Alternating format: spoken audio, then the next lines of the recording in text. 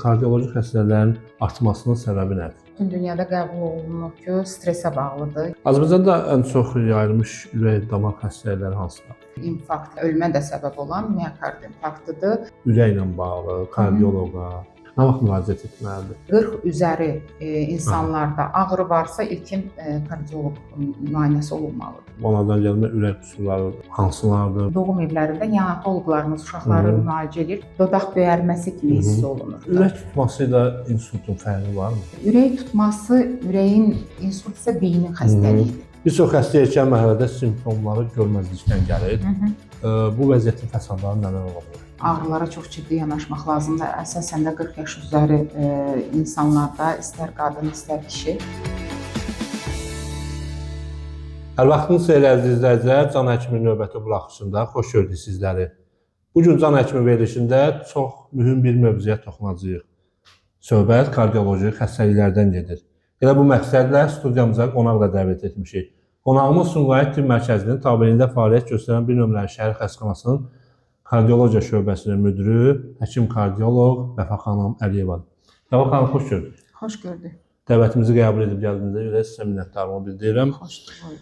Son illər kardioloji xəstəliklər artıb. Ümumiyyətlə, kardioloji xəstəliklərin artmasının səbəbi nədir? Açıq kardioloji xəstəliklərin deyil, mən deyərdim ki, bütün xəstəliklərin artma səbəbi, bəli, çox güman ki və bütün dünyada qəbul olunur ki, stressə bağlıdır. Yəni, dünyada baş verənlər həm fiziki olaraq, həm psixoloji olaraq insan bədəninə təsiri, bunlar istər-istəməz beyindən tutmuş ürək və digər orqanlara təsir edir.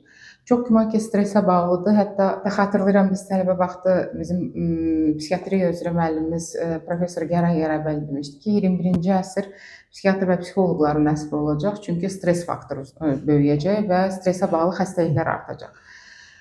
İlk faktor olaraq onu görürəm. Digər ekoloji səbəblər, yenə də ətrafımızda, bütün dünyada baş verənləri nəzərə alsaq, ekoloji səbəblər də önəmlidir.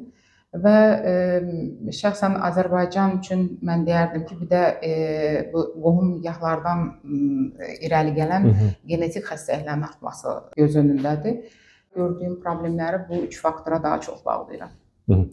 Həyat tərzində yəqin təsiri var. Təbii ki, ən çox da həyat tərzinin hipodinamiya dediyimiz, yəni az hərəkətliliyə bağlı olan problemlərimizdir ki, ateroskleroz bunun başında gəlir.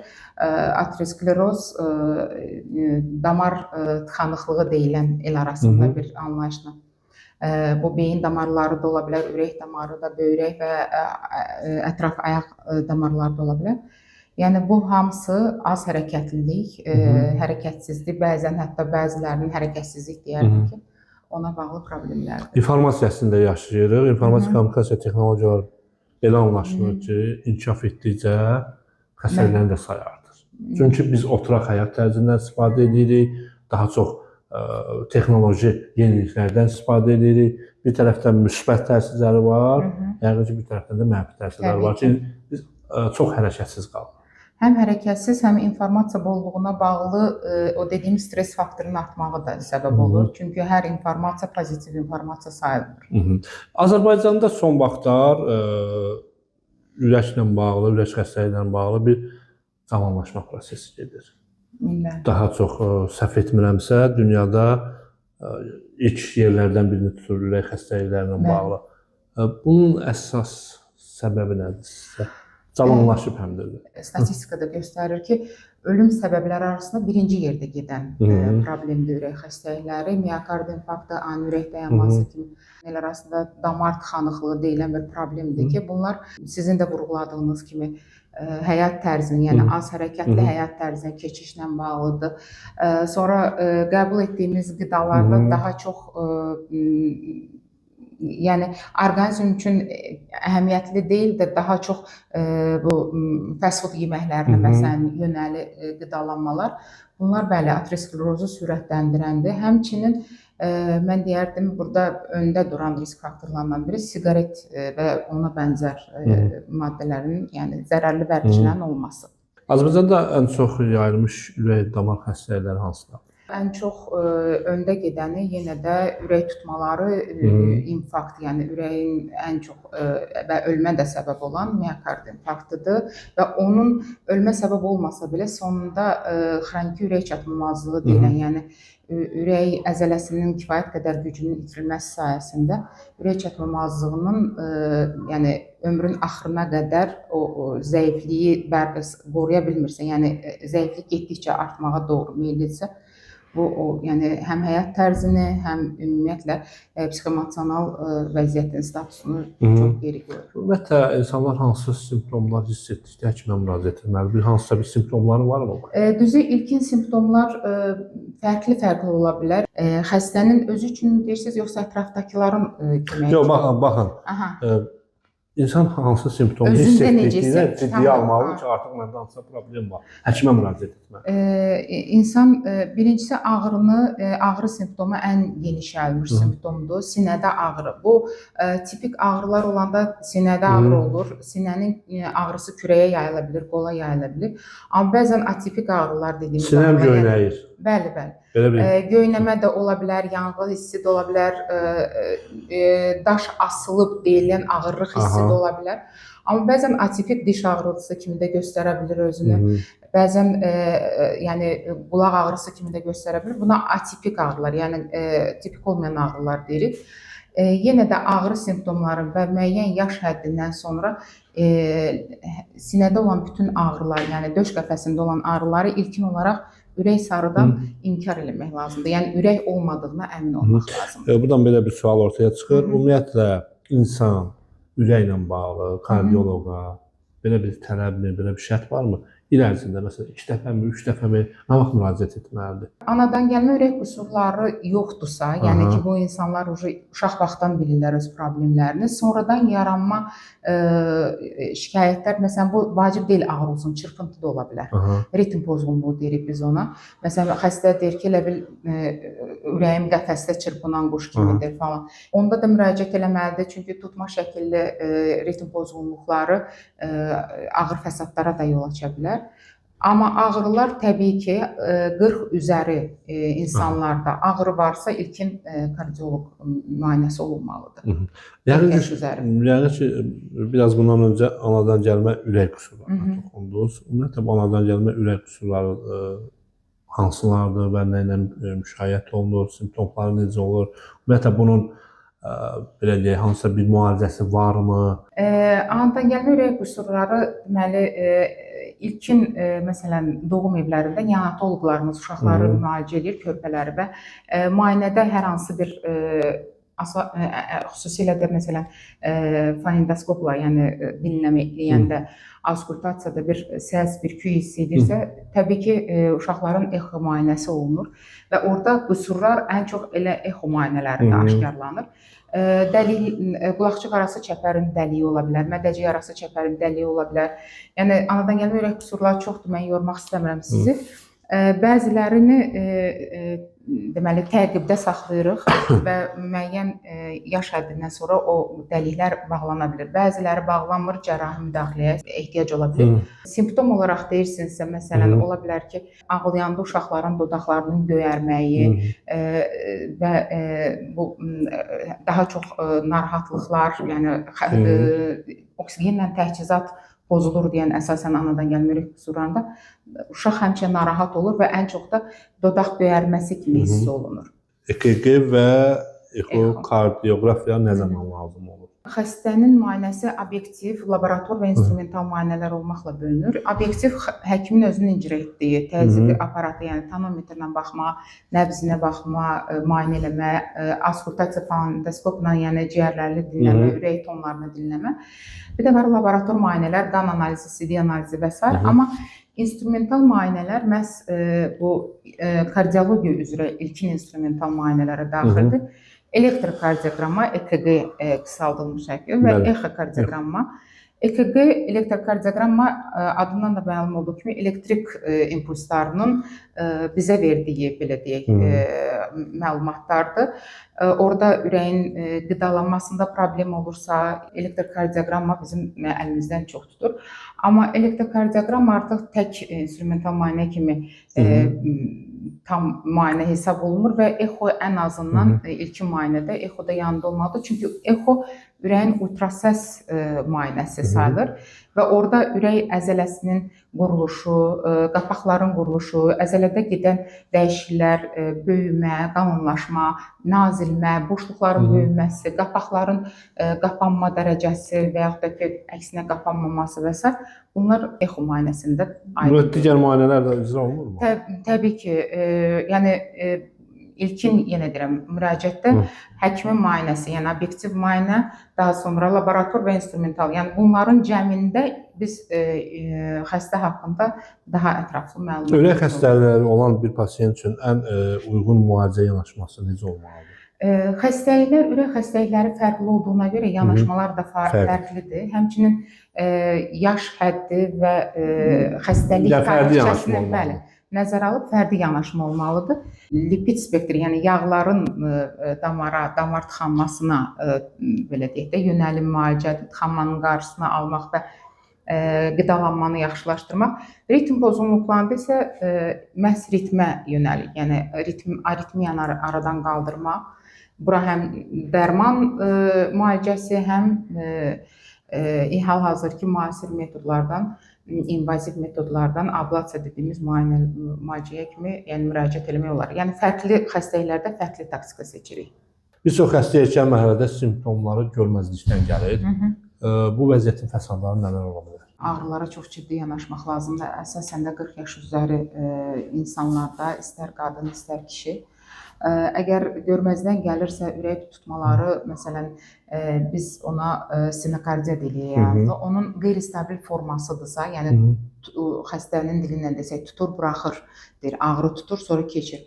Buna əhəmiyyət vermir, amma həmən tutmalar bir dəfə gətirib infarkta səbəb ola bilər və infarktın özü də bayaq da dediyim kimi ölüm səbəbləri arasında birinci yerdə gedən xəstəlik olduğuna görə ani ürək dayanması da verə bilər, ani təzyiq enməsi də verə bilər, ani ciyərlərə su yığılması, biz ona ağciyər ödemi deyirik, verə bilər. Yəni fəsadları və əfsuslar olsun ki, ölümlə nəticələnən fəsadları çoxdur deyə. Ona görə bu xəstəlikləri, yəni ürəyə bağlı şikayətlərə ciddi yanaşmaq lazımdır. Nəinki infarktda, ritm pozğunluqlarının özündə də təzyiq enməsi baş verə bilər. Ona görə də xəstələrimiz, yəni ilk ümumiyyətlə insanlar xəstə olmaya da bilər. İlk ciddi şikayətlərdə demirəm, amma şikayətlər bir neçə dəfə təkrarlanarsa buna önəm vermək lazımdır. Ürək tutması ilə insultun fərqi varmı? Ürək tutması, ürəyin insult isə beynin xəstəliyidir. Və insultun da növləri var, işemik və hemoragik, yəni qansızmalı insult var və işemik insult var. İşemik insult beynin infarktıdır. Ürək tutması isə ürəyin infarktına səbəb ola bilər. Yəni ürək tutmaları bayaq da dediyim kimi stabil forma ola bilər, qeyri-stabil forma ola bilər və onların ən ağırlaşmış forması infarkt ola bilər. Bunların fərqi budur ki, birində beyin zədələnir, birində ürək zədələnir, amma bunlar çox vaxt yanaşı da gedə bilər. Bəzən belə bir ifadələrə rast gəlir insanlar arasında. Ürəyi dayanıb, beyni ölməyib və yaxud beyni ölüb, ürək dayanmayıb. Bu klinik və bioloji ölümlərdir. Klinik ölümlər ürək fəaliyyəti ya dayanma, ya da fibrilyasiya dediyimiz, yəni əzələ titrəyir, amma yığıla bilmir və qan qova bilmir deyə xəstə huşunu itirir və huşunun itirilməsinə baxmayaraq beyin hələ sağlamdır, sadəcə o huş itirilir. Burada ürək fəaliyyətini bərpa ediriksə, klinik ölümü, bioloji ölümə keçməyə imkan veririksə, beyni də və bütün orqanları da qorumaq mümkündür. Amma klinik ölümün aparılan reanimasyon tədbirlərə baxmayaraq qarşı alınmırsa və bioloji ölümə keçirsə, artıq orada beyin ölümü gerçəkləşir deyilir və onun əlamətləri var ki, o əlamətlər nədir? Göz bəbəkləri genəlir, işığa reaksiyası olmur, spontan tənəffüs olmur, nəbz əllənmir, təzyiq ölçülmür və artıq bəbəklərin genəlməsi və işığa reaksiyasının olmaması beyin ölümünü təsdiqləyir. Uzun illərdir kardioloq kimi fəaliyyət göstərirsiniz. Bir nömrə xəstəxana kardioloji şöbəsində, hazırda da həmin şöbəyə rəhbərlik edirsiniz. Ümumiyyətlə, kardioloji şöbəsinin fəaliyyəti barəsində məlumat verərdiniz. Hansı xəstəliklərin müalicəsi ilə məşğul olursunuz və bu vətəndaşlara nə qədər personal xidmət edir və daha bir sualım olacaq, elə bu onunla bağlıdır. Sumqayıt şəhərində daha çox hansı kardioloji xəstəliklərə rast gəlinir? Yəni sizə bununla bağlı müraciətlər olur. Deməli, mən ümumiyyətlə 21 ildir artıq orada işləyirəm və mən işlədiyim dövrdən də bəri Sumqayıt üzrə bir saylı xəstəxana təcili kardioloji xəstələri qəbul edən tək xəstəxanadır. Yəni digər xəstəxanalarda planlı olursa müraciətlər, bizdə təcillər mütləq bizə müraciət edir. Burada təcillik dediyimdə, bayaq dediyim, sadaladığım xəstələr, infarkt və onun ağırlaşmaları, ritm pozğunluqları və onun ağırlaşmaları. Bunlar təcili yardım briqadası artıq yəni birbaşa bizə yönləndirirlər və oradan məsələn biz xəstələrin ilkin olaraq dəyərləndirib ya stasionara yatış veririk, ya erkən anjo, koronar angiografiya müayinəsinə göndəririk və orada da müayinədən sonra lazım olursa, stent qoyulursa, stentdən sonra xəstənin belə deyək də dinamik izləməyə ehtiyacı varsa, yenə bizə yatış üçün müraciət edirlər və yaxud da əməliyyatdan sonra xəstə əməliyyat olunduğu yerdən tam stabil çıxır, amma müəyyən dövrdən sonra hansısa bir narahat yenə yatış üçün bizə müraciət edir. Yəni bizdə ürək xəstələrinin şəhər üzrə demək olar ki, böyük əksəriyyəti bizə müraciət edir. Bizim stasionar və poliklinik xidmətlərimiz var. Poliklinik xidmətlərimizdə də həm EXO, EKG kimi ilkin instrumental müayinələrlə bərabər xəstələrdə ritm pozğunluğu varsa Holter müayinəsi və yaxud da ki, koronar angiografiyaya namizəd kimi düşünürük, amma onun təsdiqləmək üçün, yəni xəstənin həqiqətən ehtiyacı bu dəqiqə varmı, yoxsa hələ ki dərman təqibində saxlamaq mümkündür. Bunu dəqiqləşdirmək üçün yükləmə sınağı dediyimiz treadmill sınağı, bu da poliklinik xidmətlərimizə daxildir. Və ümumiyyətlə stasionar yatış üçün 60 çarpayılıq şöbəmiz var. Stasionarda 10 həkim növbəli rejimdə işləyir. Poliklinik xidmətlərimiz də hər gün 4 həkim olmaqla daimi xidmətdədir. Bütün bu xidmətlər təbii ki, icbari tibbi sığortanın xidmətləri çərçivəsində qarşılanır və insanlara ödənişsiz olaraq təqdim edilir. Təbii ki, bəli. Qadın və kişilərdə ürək xəstəlikləri simptomları fərqlənir ümumiyyətlə? Yox, cinsiyyət olaraq fərqi yoxdur. Sadəcə olaraq qadınlarda müəyyən yaşa qədər ürəyin işemik xəstəlikləri daha az rast gəlir. Bir də kişilərdə çox rast gəlmə səbəbi zərərli vərdişlərin olmağı, siqaret məsələn öndə duran səbəblərdən biridir. Ona görə daha çox rast gəlir. Zərərli vərdişlərdən danışdınız. Ürək xəstəliyinə tutulan pasientlərin gündəlik həyatlarında hansı dəyişiklikləri etməsi tövsiyə olunur? Ümumiyyətlə, zərərli vərdişləri tərk etmək birinci məsələ olmalıdır. Bunun da başında siqaret gedir. Ürəyin özünü qidalandıran damarlar, koronar tac damarlar deyirik, zədələyən faktorların, risk faktorlarının önündə gedən bir amildir.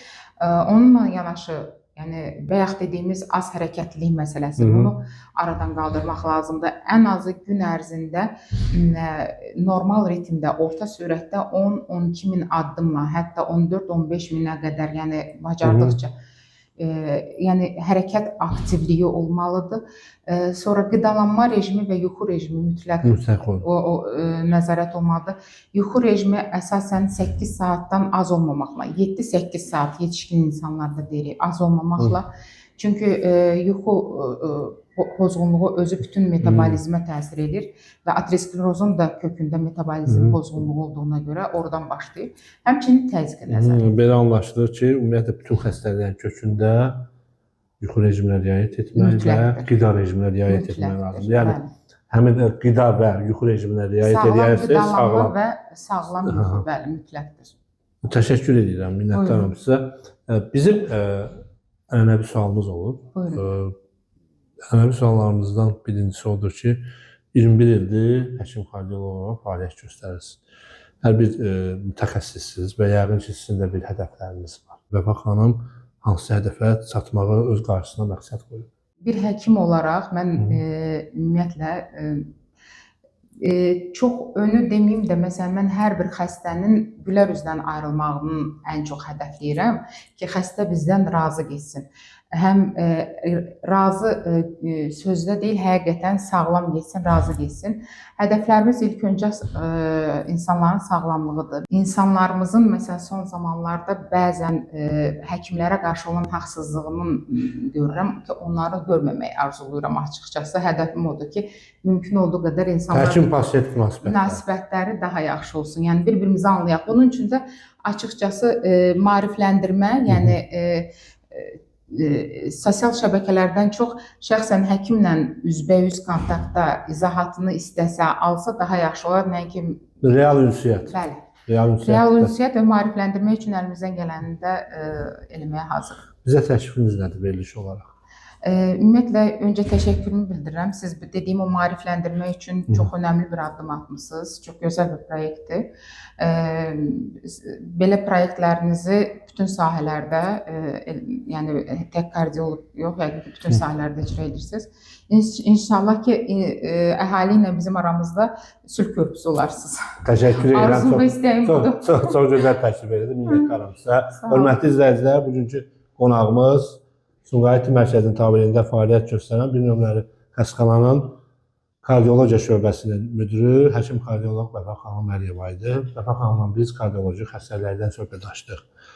Əziz izləyicilər, sizin də suallarınız varsa, verilişimizin şərh bölməsində suallarınızı ünvanlaya bilərsiniz. Çalışın, sağlam olun, ürəyinizin səsini dinləyin.